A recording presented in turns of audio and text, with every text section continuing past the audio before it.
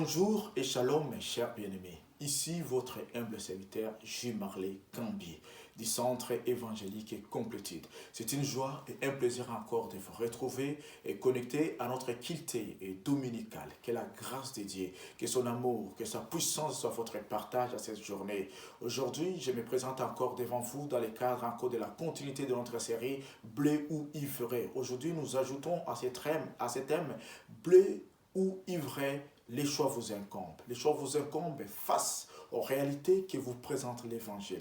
Les choix vous incombent face à la nature que Christ a disposée pour vous. Les choix vous incombent face à l'identité que Christ lui-même a souffert. Il s'est donné en sacrifice afin que nous puissions bénéficier à cela. La grâce est encore disponible. Le temps de Dieu, c'est cette dispensation dans laquelle chacun de nous est appelé à changer d'identité. Chacun de nous est appelé à changer de nature. Sans toutefois tarder, nous allons donc nous référer à notre base scripturaire qui se situe dans l'évangile de Matthieu, chapitre 13. Nous allons lire deux portions des Écritures. La première portion va surtout du verset 24 au verset 30 et la deuxième c'est du verset 36 au verset 40. Il s'agit des lignes de paraboles qu'on appelle les paraboles du royaume et donc Christ nous parle à ce qui concerne les blés et l'ivraie. Alors je vous inviterai à lire avec moi dans l'évangile de Matthieu comme je l'ai précédemment dit, le chapitre 13, commençons du verset 24. Il dit ceci: il leur proposa une autre parabole et il dit: le royaume des cieux est semblable à un homme qui a semé une bonne semence dans son champ. Mais pendant que les gens dormaient, son ennemi vint, sema délivré parmi les bleus et s'en alla. 26. Lorsque l'herbe y poussait et donnait du fruit, l'ivraie parut aussi. 27. Les serviteurs du maître de la moisson vinrent lui dire: Seigneur, n'as-tu pas semé une bonne semence dans ton champ? D'où vient donc qui a des livrées? 28. Il leur répondit: c'est un ennemi qui a fait cela. Et les serviteurs lui dirent: veux-tu que nous allions l'arracher? 29. Non, dit-il, de peur qu'en arrachant l'ivraie, vous ne déraciniez en même temps les bleus. Laissez croître ensemble l'un et l'autre jusqu'à la moisson. Et à l'époque de la moisson, je dirai aux moissonneurs: arrachez d'abord l'ivraie et liez-la en gerbe pour la brûler, mais amassez les bleus dans mon grenier. La deuxième partie va du verset 36, qui dit ceci: alors il envoya la foule et entra dans la maison. Ses disciples s'approchèrent de lui et dirent: expliquez-nous la parabole de l'ivraie du champ. Il répondit: celui qui sème la bonne semence, c'est le Fils de l'homme. Les champs, c'est le monde. La bonne semence, ce sont les fils dits royaux. Ce sont la bonne semence, c'est la semence. Celui qui sème la bonne semence, c'est les fils du royaume. 38. Les champs, c'est le monde. La bonne semence, ce sont les fils du royaume. L'ivraie, ce sont les fils du malin. 39. L'ennemi qui l'a sémé, c'est le diable. La moisson, c'est la fin du monde. Les moissonneurs, ce sont les anges. Et comme on arrache l'ivraie et qu'on la jette au feu, il en sera de même à la fin du monde. Le Fils de l'homme enverra ses anges qui arracheront de son royaume tous les scandales et ceux qui commettent l'iniquité. Et ils les jetteront dans la fournaise ardente où il y aura des pleurs et des grincements des dents. Alors les justes resplendiront comme le soleil dans le royaume de leur Père. Que celui qui a des oreilles pour entendre, entende. Amen. Dans cette parole que nous venons de lire, comme nous l'avions dit la semaine passée, il s'agit des paroles de ce que nous appelons les paraboles du royaume. Dans ces paraboles sont au nombre de 7. Dans Matthieu, le chapitre 13, nous voyons qu'il y a 7 paraboles du royaume qui commencent par le royaume des cieux est comparable. Le royaume des cieux est pareil, le royaume des cieux. Ici, Jésus parle à la fois à la foule et aux disciples. Il y avait des instants, des moments, des paraboles où Jésus-Christ parlait uniquement à ses disciples. Mais ici, nous le voyons très clairement, Jésus parle à la fois à la foule et à ses disciples. Il leur parle à ce qui concerne les vérités du royaume. Il leur parle à ce qui concerne les mystères du royaume. Donc des vérités qui étaient cachées sous l'ancienne alliance et qui Christ lui-même, par sa parole, par son alliance, il les révèle à ceux qui l'aiment. Il les révèle non pas juste en termes de plaisanterie, mais c'est pour réellement que toute personne qui croit à son nom, qu'il est Seigneur et Sauveur, puisse quand même, dans son cœur, planter le royaume, parce que la sémence c'est au travers de la parole. Et c'est donc ici, nous voyons dans cette parabole, très clairement, restez pas. Le dimanche passé, nous avions parlé assez concernant le royaume. Nous avons parlé le royaume, c'est l'endroit où les liés, là où Christ règne en Seigneur et Sauveur. Mais également, c'est là où Christ exerce son monopole en termes de décision, en termes de vie, en termes d'errement, en termes d'habitude, en termes de toutes choses. Mais également, c'est là où nous acceptons de marcher d'une manière digne comme il se convient. Il faut parler c'est concernant le royaume. Le royaume a des réalités. La réalité présente et la réalité future. Dans la réalité présente, il y a des éléments que nous devons comprendre. Mais dans la réalité future, il sera de la plénitude de toutes choses. Il sera de l'accomplissement de toutes choses, du rétablissement de toutes choses. Mais en attendant, dans la réalité présente, nous sommes appelés à nous revêtir de l'identité que Christ nous donne. Nous sommes appelés à avoir la nature que Christ donne à chacun de nous au travers de la grâce. Il suffit juste, chers bien-aimés, d'avoir la foi, de croire à celui qui est venu, de croire à celui qui s'est sacrifié pour que vous et moi aujourd'hui, nous puissions encore appeler, nous puissions être des enfants et nous puissions être les citoyens du royaume. La question que j'aimerais nous poser d'entrée de jeu, sommes-nous tous les citoyens du royaume? Sommes-nous tous des blés? Parmi nous, il y a ceux qui sont délivrés. Et il y a ceux qui constituent la partie livrée. Ici, en parlant de ceci d'abord, j'aimerais parler de certains éléments. J'aimerais parler surtout des 4 à 5 éléments nécessaires que nous voyons dans cette parabole. Premièrement, dans cette parabole, après avoir manifesté le royaume, après avoir nous montré cette comparaison des vies courantes, des vies ordinaires, mais qui ressortent d'une leçon surtout spirituelle, qui amène à quelqu'un à réfléchir sur sa vie. Christ ici nous lance un défi. Nous lance un défi de savoir, de connaître. Sommes-nous réellement livrés ou nous sommes les blés? C'est la question que nous devons nous poser à chaque jour que nous sommes. Ça ne dépend pas de là où tu es, ça ne dépend pas de qui tu es, mais ça dépend surtout de chaque jour de voir au travers tes actes, au travers tes actions, qui es-tu réellement? D'abord, premièrement, le premier d'abord aspect, le premier point ici que Christ nous montre, c'est d'abord l'élément constitutif, les éléments constitutifs du royaume du ciel. En ce qui concerne les éléments constitutifs du royaume du ciel, il y a deux éléments que Jésus-Christ ici manifeste. Premièrement, il s'agit de la nature. Lorsque nous parlons du blé, nous parlons de la nature. Christ nous parle très clairement de la parole que nous venons de lire, que le blé, ce sont les fils ou les citoyens du royaume. Ce sont ceux qui appartiennent à Jésus-Christ. Il s'agit de la nature, peuple de Dieu. On ne peut pas on ne peut pas appartenir à Jésus-Christ si on n'a pas sa nature. On ne peut pas appartenir au royaume de Dieu si on n'a pas la nature du royaume. De cette nature du royaume, faites de vous à ce que vous soyez les citoyens du royaume. Cette nature du royaume, faites de vous à ce que vous soyez les enfants de Dieu. Êtes-vous réellement ces citoyens du royaume? Christ nous parle le blé. Nous voyons très clairement, on nous dit très clairement, les propriétés du champ, que Jésus-Christ lui-même, il a sémé la bonne sémence. Les citoyens du royaume constituent la bonne sémence. Cette sémence qui sera récoltée au moment de la moisson. Cette sémence qui appartient à la nature qui est incorruptible. À cette nature que rien ne peut altérer. Que rien ne peut changer, que rien ne peut corrompre ni détruire. Nous voyons très clairement ici, quel que soit le plan de l'ennemi, quel que soit l'ivraie qui a été planté, mais les citoyens du royaume, les ouvriers ont été capables de reconnaître l'ivraie du blé.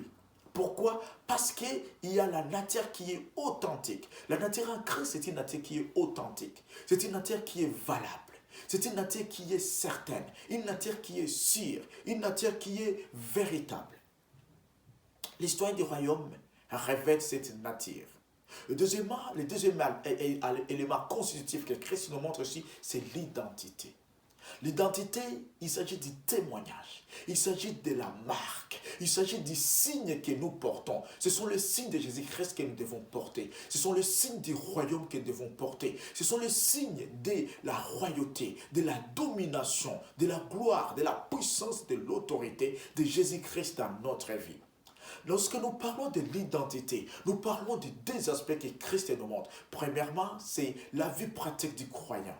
L'identité chrétienne se justifie par des éléments. La vie pratique du croyant. Nous verrons très clairement ici que quels que soient les plans de l'ennemi, quel que soit ce que l'ennemi a fait, l'identité du croyant est restée la seule et elle est restée authentique.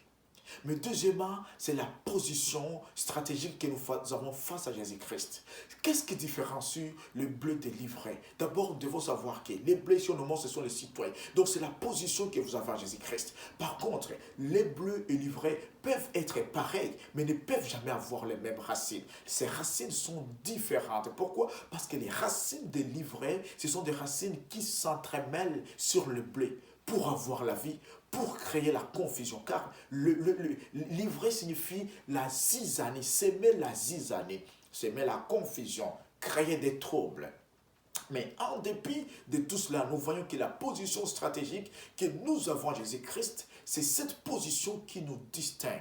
C'est cette position qui détermine réellement l'identité que nous avons en Jésus-Christ. Alors j'aimerais, chers bien-aimés, chers frères, chères sœurs qui me regardez, qui êtes connectés avec moi, demandez-vous réellement, est-ce que votre vie pratique du croyant, votre vie pratique que vous avez en Jésus-Christ est-elle authentique? Elle concorde réellement à la nature que vous avez reçue.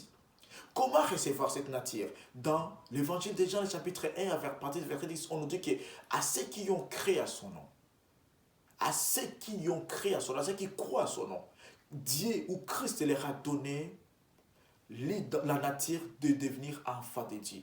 Non pas les enfants qui sont nés de la chair. Ici, lorsque nous parlons de l'identité, nous parlons de la nature, nous ne parlons pas de ce qui est charnel, mais nous parlons de ce qui est spirituel.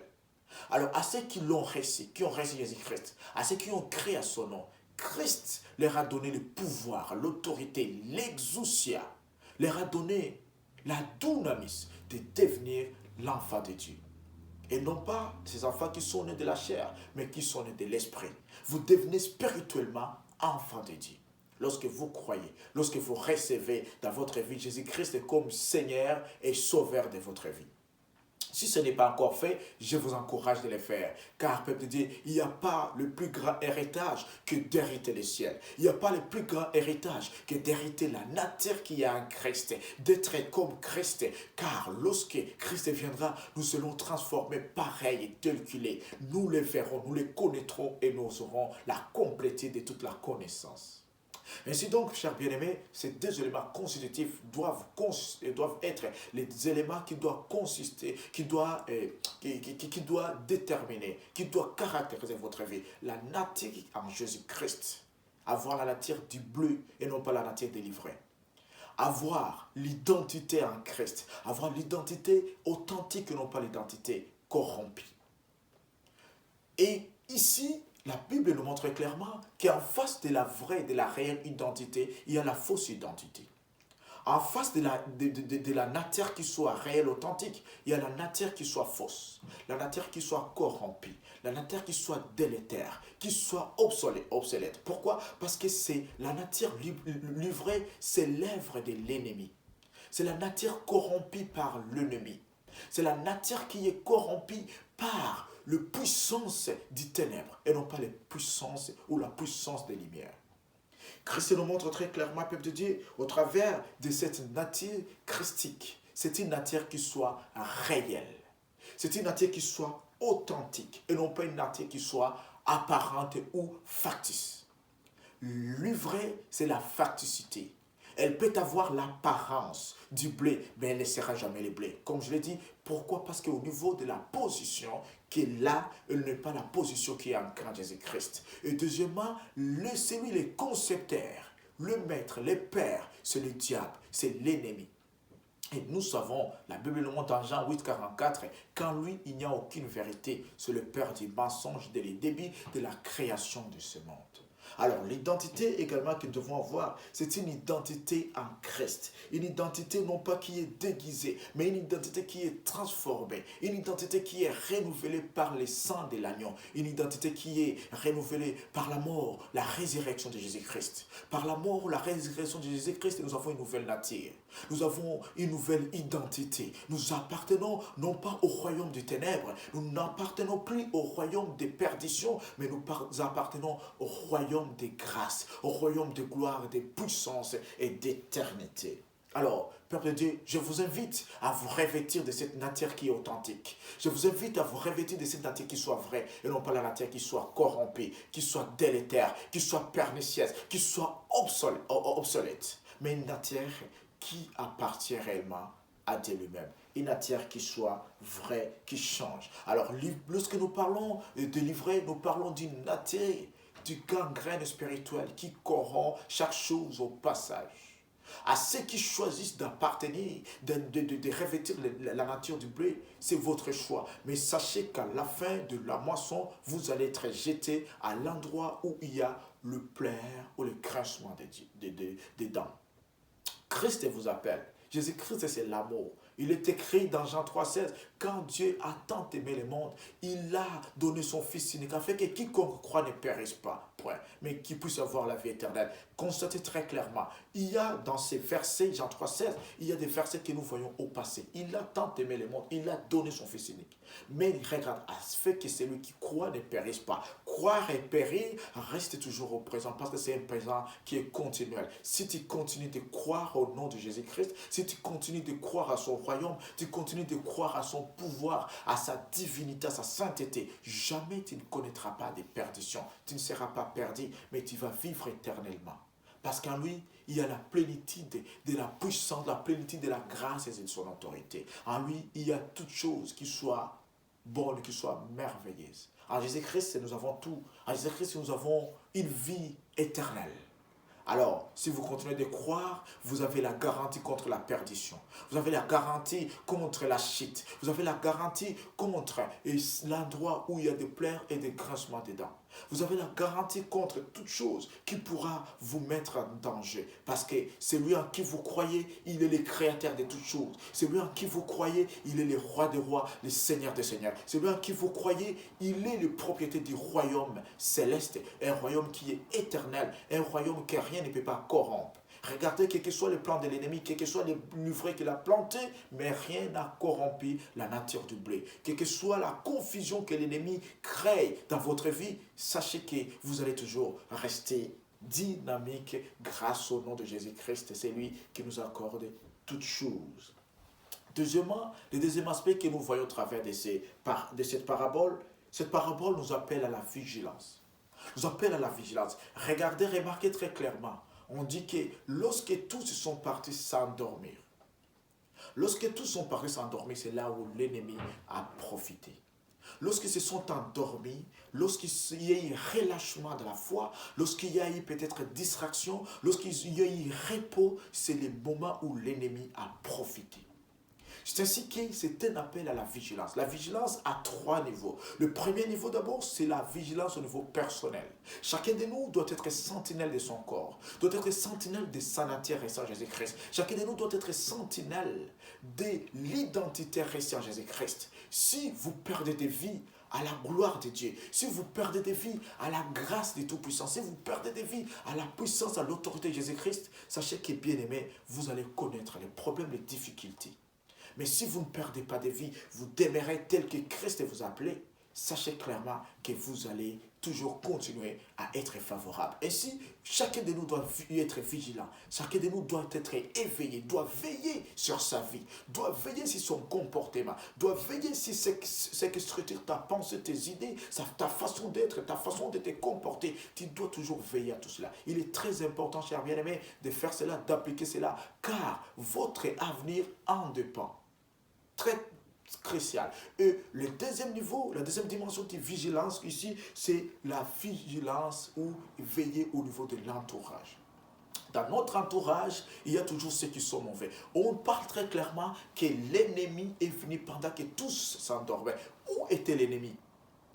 Où était l'ennemi? C'est la question que nous devons nous poser à chaque fois, à chaque jour. Où était l'ennemi? C'est parce que la Bible, l'apôtre Pierre nous parle dans 1 Pierre 5. Il nous parle que le diable, l'ennemi rôde autour de nous pour chercher une proie à arracher. Donc lorsque vous allez perdre la vigilance, lorsque vous allez vous relâcher dans la foi, dans la spiritualité, lorsque vous allez être emporté par les sommets spirituels, il y aura des conséquences qui vont s'en sortir. Et c'est pour cela, c'est là où l'ennemi cherchera à créer la confusion dans votre vie. C'est là où il cherchera à voir comment vous prendre en otage. Mais si vous restez éveillé, si vous restez vigilant, si vous ne vous conformez pas au temps ni aux circonstances, vous allez rester encore dynamique et votre nature restera telle qu'elle. Vous ne pouvez pas vous perdre. Troisièmement, c'est la vigilance au niveau de l'environnement. Si l'entourage, il y a l'ennemi au niveau de l'entourage, mais dans l'environnement, également il y a l'entourage. Pourquoi? Parce que lorsque nous voyons, si l'ennemi est parmi nous, il peut être absent, mais il a déjà sémé une sémence qui est soit correctible. Il a déjà sémé une sémence qui ne peut rien produire, car c'est une sémence dont les œuvres sont nébuleuses, dont les œuvres sont infructueuses, dont les œuvres sont stériles. Alors, à nous aussi, la vigilance au niveau de l'environnement permettra réellement à ce que nous soyons comme ces moissonneurs, nous soyons comme ces anges qui ont dit, regarde, la sémence dont tu as sémé, elle était une sémence qui était bonne, incorruptible. Comment est-ce que nous constatons encore au fur et à mesure que les plantes sont en train de croître, nous constatons qu'il y a la différence au niveau de l'identité, il y a la différence au niveau de la nature. Ça, c'est la vigilance. Nous voyons très clairement qu'il y a des moissonneurs qui ont été vigilants. Vigilants au niveau de l'environnement, vigilants au niveau de l'entourage. Mais vous aussi, vous avez la responsabilité d'être vigilant, de veiller sur vous-même, de veiller sur votre foi, de veiller sur votre relation avec Jésus-Christ, de veiller sur votre nature en Jésus-Christ. Alors, outre cela, c'est ainsi que nous devons savoir très clairement, peuple de Dieu, que la vigilance permettra ce que vous puissiez demeurer dans la révélation. La vigilance fera ce que vous puissiez demeurer dans la grandeur. La vigilance permettra, peuple de Dieu, à ce que vous puissiez réellement être capable de détecter le temps. Outre cet appel à la vigilance des humains, c'est l'appel à savoir détecter les temps, à savoir connaître les temps dans lesquels nous sommes. L'apôtre Paul nous parle dans Romains 13:11, nous devons savoir les temps dans lesquels nous trouvons, car la nuit avance et les jours s'approchent, peuple de Dieu, la moisson s'approche et les œuvres du ténèbre vont être de plus en plus noires, car c'est lorsque les ténèbres deviennent plus sombres que la nuit, que les jours s'approchent. Les jours s'approchent quand les ténèbres deviennent de plus en plus sombres. Et quand elles deviennent de plus en plus de cette façon, là nous constatons qu'il y a un changement, qu'il y a une nouvelle donne qui veut se manifester. Alors, nous devons, peuple de Dieu, savoir détecter les temps. Connaître, est-ce que nous sommes dans les temps de Dieu appelés Kairos ou nous sommes dans les temps des hommes, les temps chronométrés. Nous devons, peuple de Dieu, non pas nous conformer. Regardez très clairement, le fait de ne pas savoir détecter, de ne pas savoir discerner les temps, fera ce que l'ennemi vous prenne par surprise. Permettra ce que vous puissiez vous conformer aux réalités du temps selon les hommes, au lieu de rester et connecter, de rester conformé selon le temps de Dieu.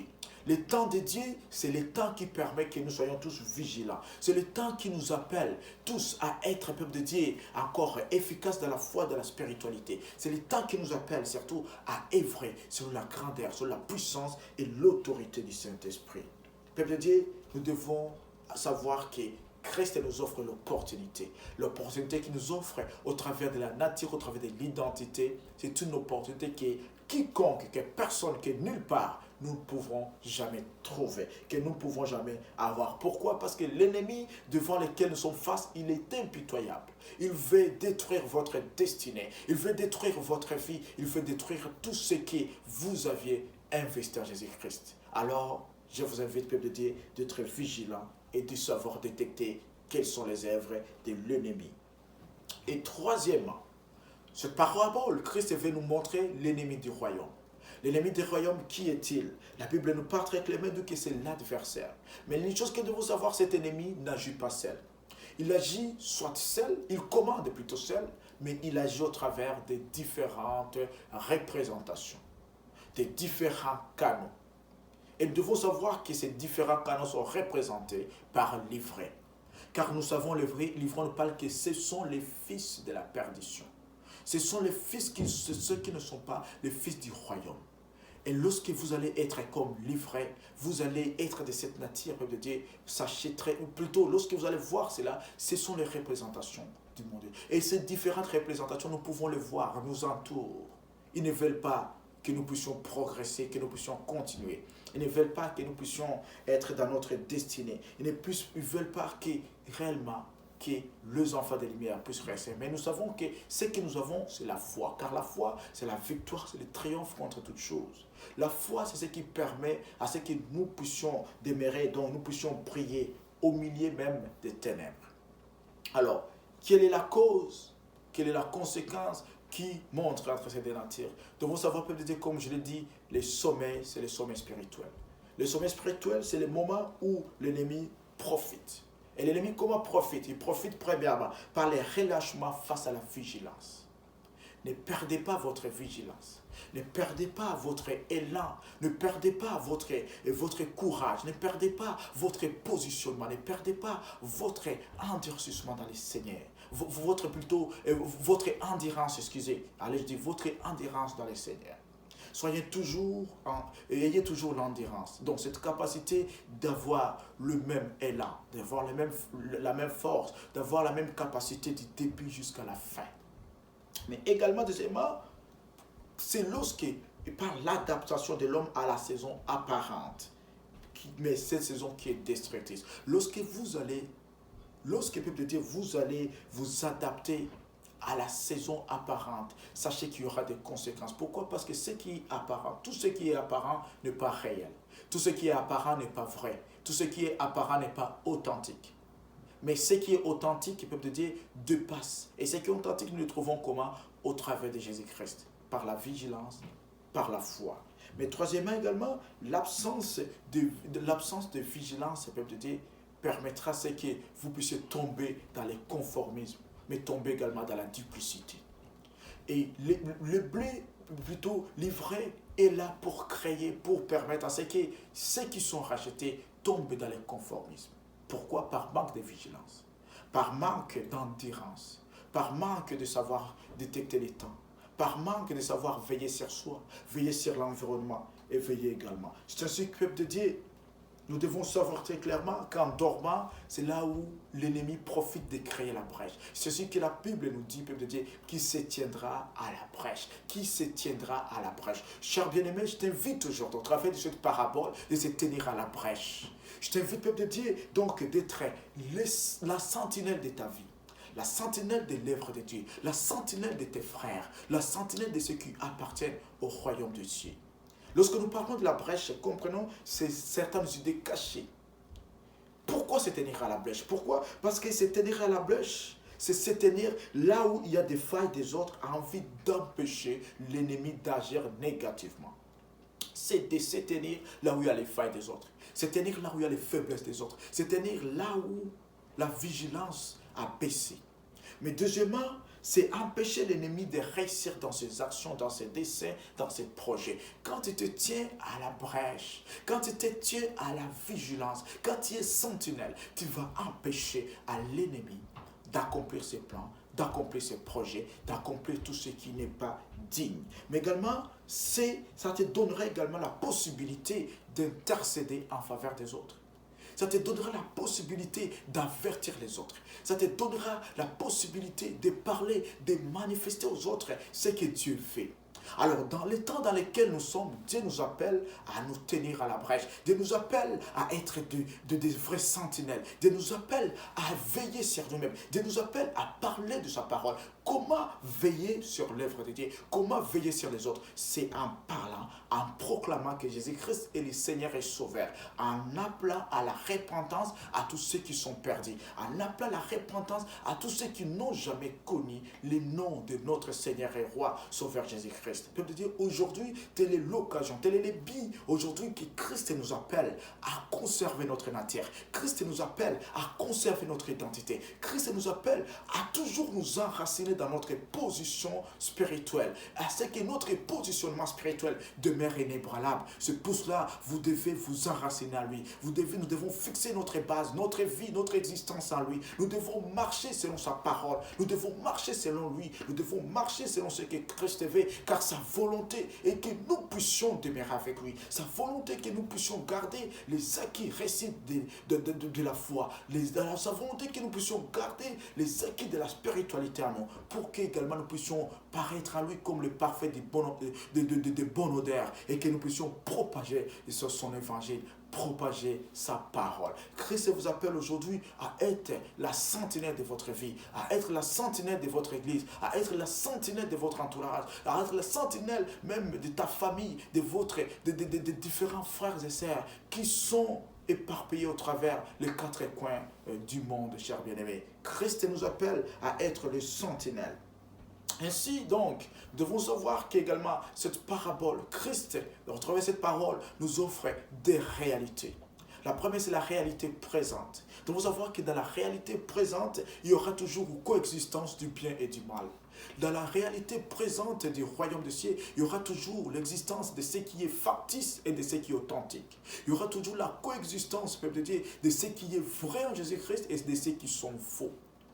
Mais en dépit de cela, nous devons savoir, nous voyons très clairement ici, ce qui est vrai ne perd jamais sa valeur. Pourquoi? À cause de la vigilance. Pourquoi? À cause de la foi, à cause de la nature, à cause du salut que nous avons en Jésus-Christ. Le salut que vous avez en Christ fera de vous que vous ne puissiez jamais perdre votre identité, que vous ne puissiez pas perdre votre nature, que vous demeuriez, que vous restiez toujours celui ou celle que Christ a appelé.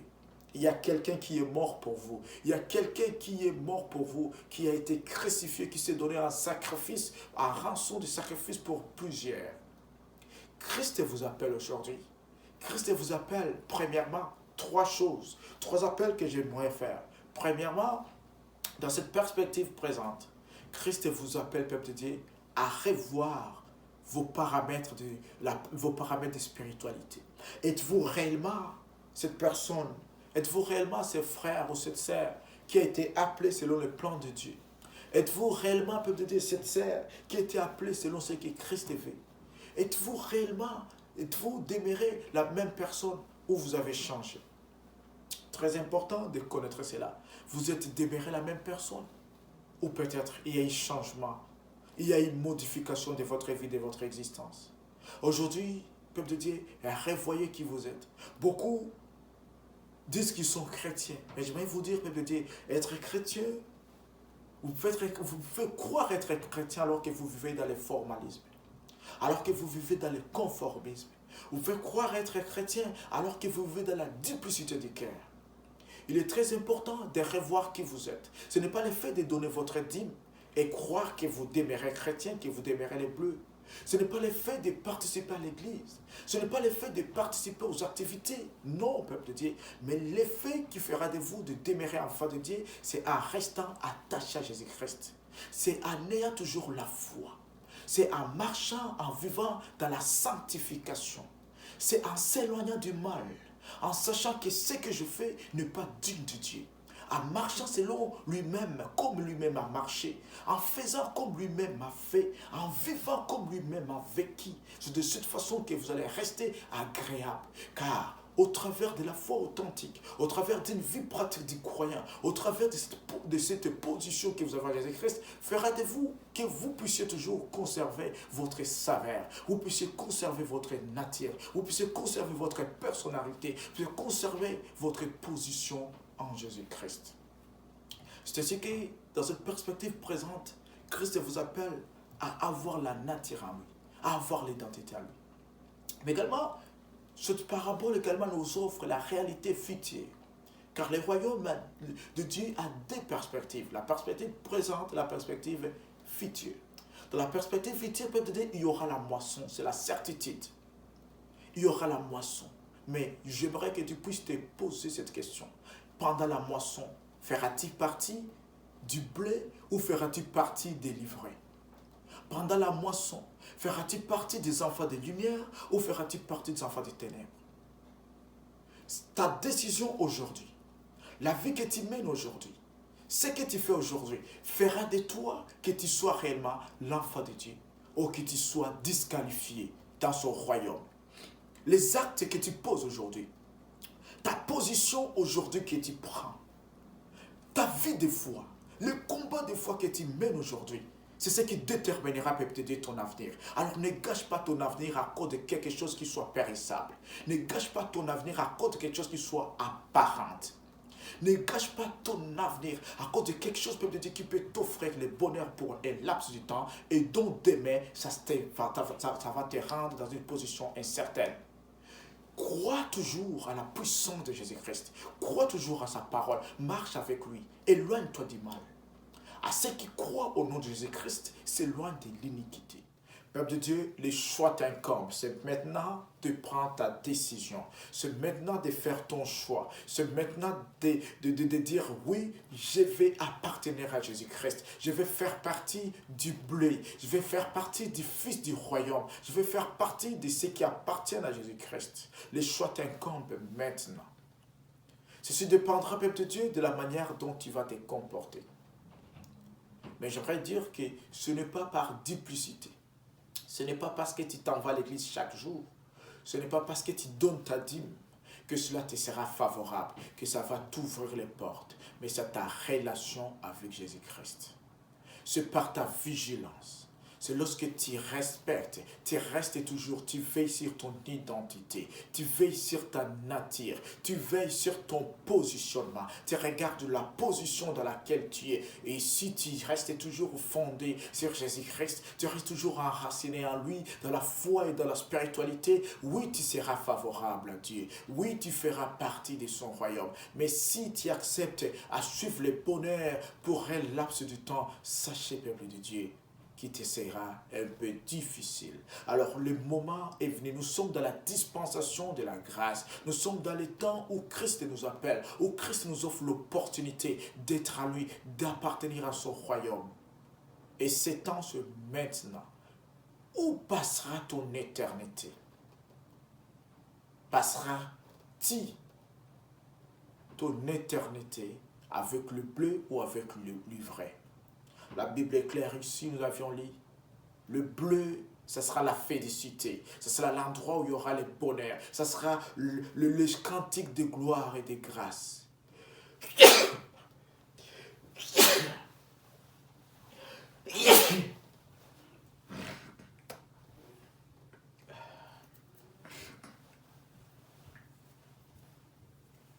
Le bleu, ça sera l'endroit. Ça sera l'endroit de félicité, l'endroit de grâce, l'endroit d'amour, l'endroit de joie, l'endroit de paix, où nous allons chanter Alléluia. Et dans l'autre endroit, ça ne sera que le pleur et le grincement des doigts, des dents. Alors tu as les choix. Tu as les choix t'incombent maintenant.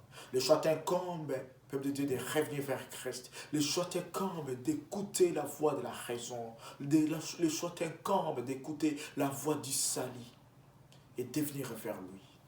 Il n'est pas encore trop tard.